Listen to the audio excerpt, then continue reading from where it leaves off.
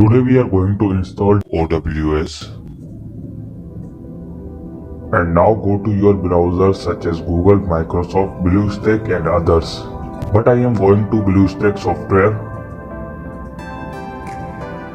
Do a little wait.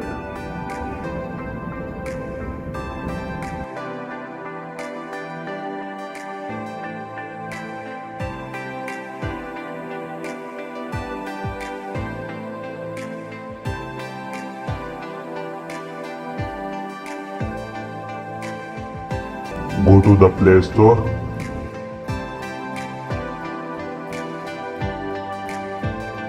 Find out the name of your software, find here.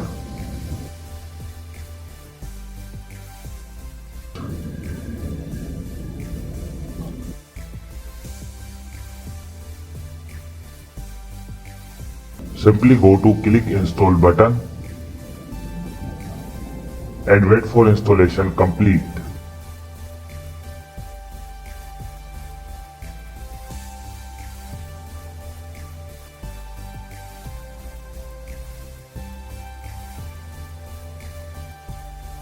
Now click open this file.